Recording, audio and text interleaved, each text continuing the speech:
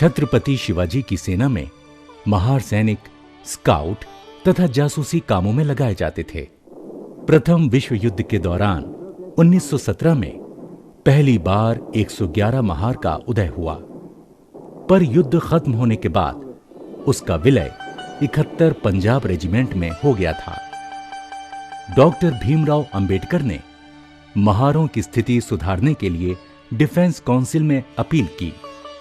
इसके तहत अक्टूबर 1941 में बेलगाम के नानावाड़ी क्षेत्र में लेफ्टिनेंट कर्नल H.J.R. जैक्सन के नेतृत्व में महार रेजिमेंट की पहली बटालियन का गठन हुआ। यहीं पर महार सैनिकों को प्रशिक्षण देने के लिए ट्रेनिंग कंपनी का गठन कैप्टन F.D. मार्शल द्वारा किया गया। द्वितीय विश्व युद्ध में 2 महार और 3 महार को कर्तव्य परायणता तथा वफादारी दिखाने का अवसर मिला। भारत स्वतंत्र हुआ। महार रेजिमेंट की पहली, दूसरी और तीसरी बटालियन को 10 लाख शरणार्थियों की अदला बदली। During the partition of the country, the Mahars were employed on protecting the Muslims mainly and later on evacuating them to Pakistan. पाकिस्तानियों ने जम्मू कश्मीर पर हमला किया, पर भारतीय सेना की इन्फेंट्री बटालियन के साथ महार रेजिमेंट की मशीन गनों ने दुश्मन का कड़ा मुकाबला किया। झंगर। इस युद्ध में अमर शहीद हवलदार राव कांबले ने अत्यंत वीरता दिखाई, पर शत्रु ने पीछे से बंकर में घुसकर अपनी तलवार से उनका सिर धड़ से अलग कर दिया। वीर गति प्राप्त होने के बाद भी उनकी मशीन गन अंतिम गोली तक दुश्मनों को नुकसान पहुंचाती रही। नौशेरा के युद्ध में नायक कृष्णा सोनावने को भारत सरकार ने उनकी कर्तव्यनिष्ठा, साहस और संकल्प के लिए महावीर चक्र से अलंकृत किया। महार रेजिमेंट ने अपना प्रथम colonel of the regiment major general S.P.P. Thorat DSO को चुना। कोरिया में शांति स्थापना एवं स्थापितों को पुनः सुनियोजित करने में मेजर जनरल थोराट के नेतृत्व में महार रेजिमेंट की 2 महार मशीन गन कंपनी ने हिस्सा लिया, जिसका नेतृत्व कर्नल K.S. बख्शी ने किया।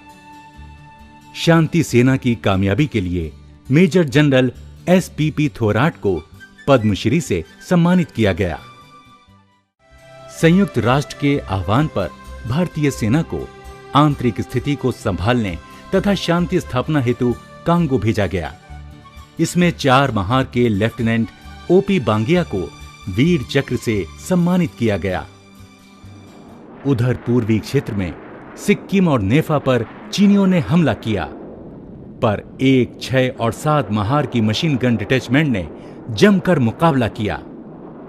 7 महार के हवलदार गोविंद कामले को उनकी अदम्य साहस और वीरता के लिए मरणोपरांत वीर चक्र प्रदान किया गया और 1 महार को थिएटर ऑनर लद्दाख से सम्मानित किया गया तथा रेजिमेंट का मोटो यश सिद्धि तय किया गया।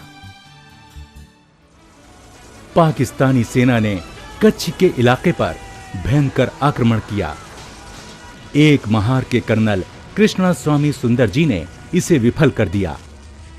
इस महत्वपूर्ण लड़ाई में वीरता प्रदर्शन के लिए हवलदार गोपीनाथ भिंगार दिवे को वीर चक्र से सम्मानित किया गया। पाकिस्तान ने 1 सितंबर 1965 को छंब क्षेत्र पर आक्रमण कर कई महत्वपूर्ण ठिकानों पर कब्जा कर लिया।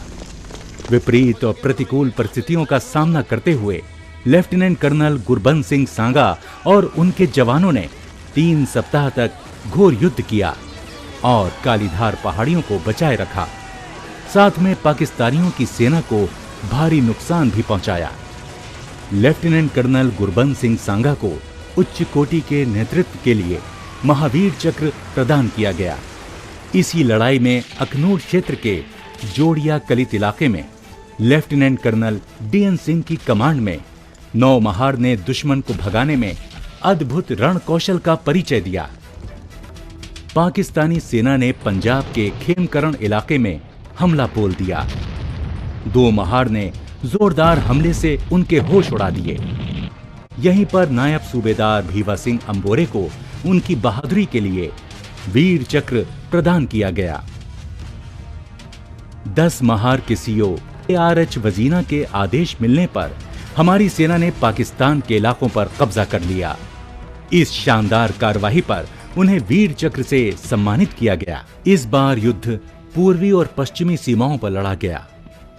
10 महार को चेतलापुर का देश मिला, जिस पर पाकिस्तानियों ने बारूदी सुरंगों तथा कटीले तारों के बीच जबरदस्त मोर्चा तैयार कर रखा था।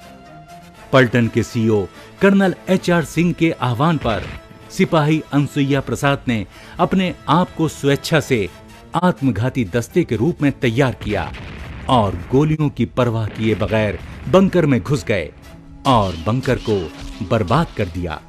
वीर सिपाही अनसुईया प्रसाद को राष्ट्रपति ने मरणोपरांत महावीर चक्र प्रदान किया, जो आज तक भारतीय सेना में सबसे कम उम्र वाले सिपाही को मिला है।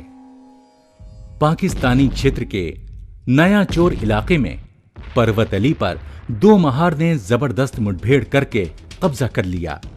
एक महार को शकरगढ़ इलाके में हरार कला पर कब्जा करने का आदेश मिला। भारी गोलीबारी के बावजूद कर्नल TS राय के नेतृत्व में महार सैनिकों ने हरार कला पर कब्जा कर लिया। An award is given to an individual, but a battle honor to a unit is a great achievement in war. That is what all the units look for. 15 Mahar ने कर्नल हरगोविंद सिंह की देखरेख में किलो फोर्स के रूप में 10,000 पाकिस्तानी सैनिकों को आत्मसमर्पण करने पर मजबूर कर दिया। साथ ही बांग्लादेश के शरणार्थियों की देखरेख में भी उन्होंने अहम भूमिका निभाई। But the Mahars, as I said, within that short life of theirs, had produced 2 chiefs also, which the regiment considers as a great honor. भारतीय सेना को शांति स्थापना हेतु श्रीलंका भेजा गया।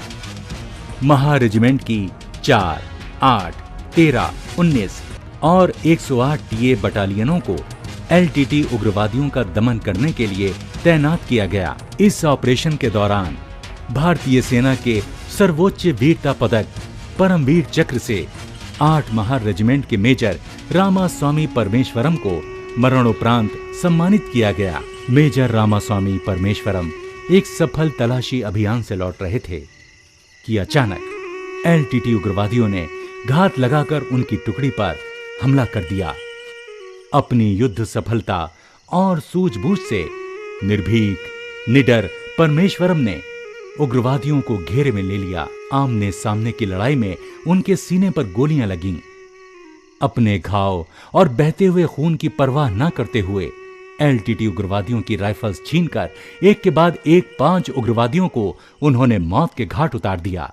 इस अदम्य साहस, कुशल नेतृत्व और सर्वोच्च बलिदान पर कृतज्ञ राष्ट्र की ओर से राष्ट्रपति ने उन्हें सर्वोच्च वीरता पदक परमवीर चक्र से मरणोपरांत सम्मानित किया।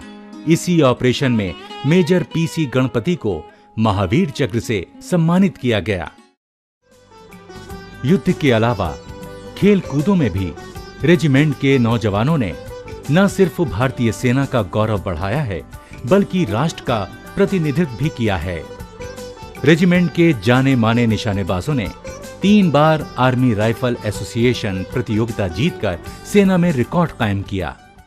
महार रेजिमेंट की पोषक इकाई महार रेजिमेंट केंद्र है।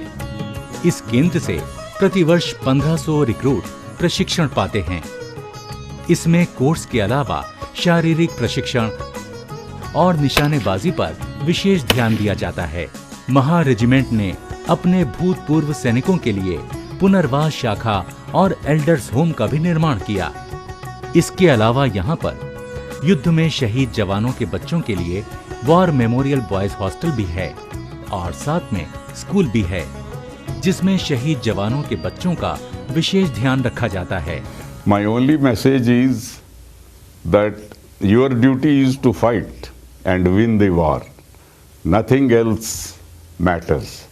and all your training, your upbringing, and everything is just for that purpose, to win the war. And I want them to strive for that. That is my message. आज हमारे बीच कई officers, JCO तथा जवान नहीं हैं। हम उनके किए गए कार्यों पर शत शत श्रद्धांजलि अर्पित करते हैं।